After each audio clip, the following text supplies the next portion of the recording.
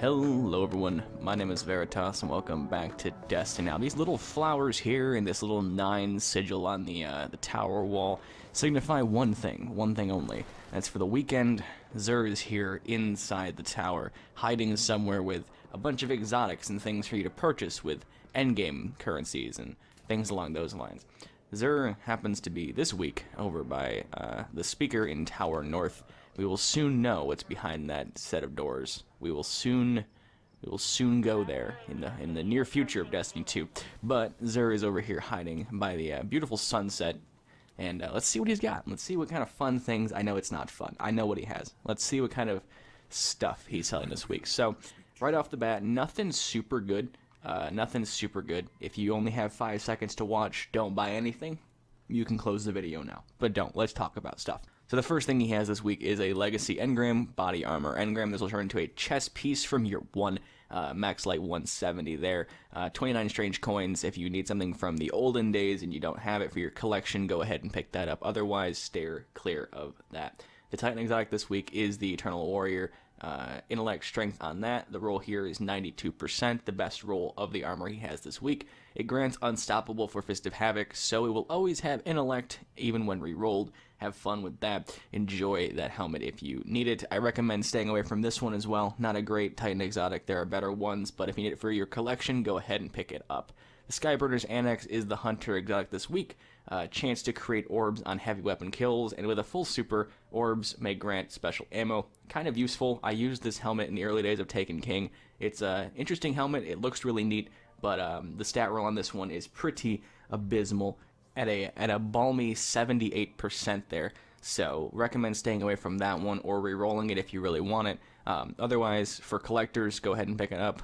Anybody else not looking for this one, go ahead and skip over that. The Warlock exotic this week is the Heart of Praxic Fire. When Radiance is active, you have increased agility and decreased ability cooldowns, so everything regenerates very quickly, your melee and grenades, and you also have an increased amount of agility there. Straight discipline roll on that, 83% stat roll there, so not super great. I recommend staying away from this one as well unless you need it for collections purposes. Other than that, let's move into the weapon.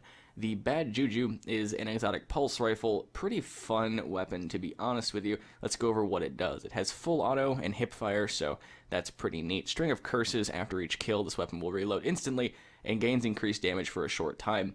Kills will help charge your super. This is a pretty fun weapon for low health and low level enemies. Very neat to run around with. If you're going to run this one this week, go ahead and pick Smart Drift Control, Hip Fire, either Send It or Perfect Balance. I think I actually used Armor Piercing rounds at one point, but it's not necessary to use that. So Send It or Perfect Balance, as well as String of Curses, obviously. Ornaments here, if you are lucky enough to have them, Dragon's Bane and Hoodoo, both of which look pretty nice, neither of which are ugly. Let's go ahead and talk about some ugly ornaments down here in the weapon bundles. So the Might Multi-Tool with Arctic Survivalist and the Red Death with White Witch. Might Multi-Tool, if you are curious about those two weapons, I happen to have them in my inventory. The Might Multi-Tool is an exotic scout rifle, my favorite weapon in the game. With no ornament, it looks something like this, and with the ornament he's selling this week, it looks something like that. The lights turn orange, the scope turns orange. The other ornament on this one is Spec Ops, turns light green, and turns the entire gun black. Pretty neat. I like Arctic Survivalist, so the combination of Mida and ornament he's selling this week is preferable for me. I recommend picking that up. The Mida Multi-Tool is a very good scout rifle. Arctic Survivalist is a very nice ornament. The Red Death and White Witch, however, are probably the lesser of the two bundles here. Red Death is a very nice exotic pulse rifle, but White Witch is a fairly ugly ornament, though personal preference does take action here. So if you want the Red Death with White Witch, it'll look something like this. Very white, very bloodied. The normal Red Death looks something like that, and then the other ornament for Red Death looks something like that. I prefer this one, but you know, everyone has their preferences. So the weapon bundles this week are pretty nice. The Red Death and the Mina Multi-Tool are both very good exotic primaries. The ornaments there being the selling points, so I recommend picking up the Mida, or if you really want White Witch, go ahead and grab that. Moving down to Curios this week, we have the Plasma Drive and the Void Drive. These can be used to upgrade rare quality sparrows into legendary quality sparrows with a blue or purple trail respectively. Fun stuff there. 3 for 1 or 10 for 3 on the heavy ammo synthesis this week. 10 for 3 is obviously cheaper. Go ahead and buy these to turn into factions for faction reputation. Those packages drop at 400 light. Fun stuff that. Or you can use these to replenish heavy weapon ammunition instantaneously while in combat. The 3 of Coins this week, stackable effect that increase the chances of the next Ultra you defeat or Crucible match you complete, awarding an exotic engram. How these work: use 1, go to a strike or a Crucible match upon completion or the kill of the Ultra. It could drop a exotic engram. If it doesn't, the next one of these you use has an increased chance. Continue doing this until you get an exotic engram to drop. Don't use 5 at once. It's not how that works. Glass needles are a very endgame form of material. These can be used to reroll exotic armors, but they're very expensive to purchase. So say you want to get the Skyburner's Annex, but you want a better roll of it, go ahead and get some glass needles and twist the fate. This will change where and how much stats it has and what perks it has. Not all armors can have all stats or perks. I believe Skyburners will always have intellect. Things like the Void Fang Vestments for the Warlock is a grenade-based chest piece, so we'll always have discipline. Be mindful of that. Certain perks can't roll on certain armors, etc. Be cautious when re-rolling that your desired stats are actually possible. Down here in the material exchange, last thing, Motes of Light for strange coins, worst conversion rate in the game, never use it. And the exotic shard down here for 7 strange coins. I will go ahead and show you how to duplicate these if you want more and not wanting to spend 7 strange coins to get more. So go ahead and follow me back to the Vanguard Quartermasters, and we will go ahead and talk about that. Speaking of things, Destiny 2 reveal, that was pretty intense. If you guys haven't seen it, I recommend taking a look at it. At least the reveal trailers and stuff. Not a ton of spoiler stuff there, but the live stream was pretty intense. I'm looking forward to Destiny 2 coming later this year. It looks good. I like what they're doing with everything. It looks very fun. But speaking of Xur, more on topic, I recommend picking up nothing from him this week in terms of what he's selling, aside from like the weapons maybe.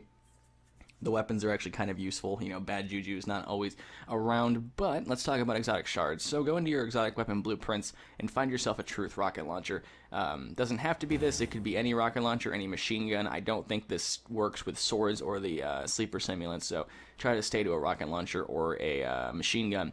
Go ahead and equip that Truth rocket launcher and find if you have a class item that increases the upgrade rate for rocket launchers. Go ahead and equip it if you do. If you don't, you can head to the gunsmith and purchase a heavy telemetry. This will do the same thing as the class item, increases upgrade rate for 30 minutes. You can use one of these or the class item. They both stack with the Radiant Light buff from the Nightfall. If you've done the Nightfall, I have not. They do not stack together, so this increased upgrade rate will stack with the Nightfall buff, the telemetry will stack with the Nightfall buff, but they all don't stack together, so be mindful of that. Go ahead and use a couple modes of lights here. It should take 6, I believe that was 6, it might have been 5, North American edition. There we go. So we have this thing full of experience. Once you've filled that with experience, go ahead and dismantle it. This will turn your 1 exotic shard into 2 exotic shards, some motes, weapon parts, and glimmer back for you there. And that's pretty much how you go about duplicating those shards. A much easier way, much cheaper way than spending strange coins at Xur.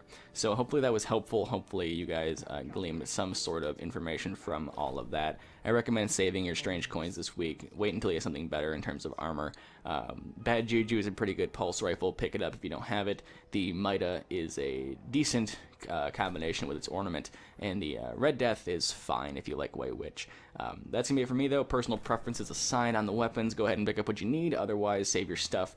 That's gonna be it though. I'll see you guys on Tuesday for the weekly reset video, and that's gonna be it. So thank you guys so much for watching. If you enjoyed, very much appreciated, and as always, until next time.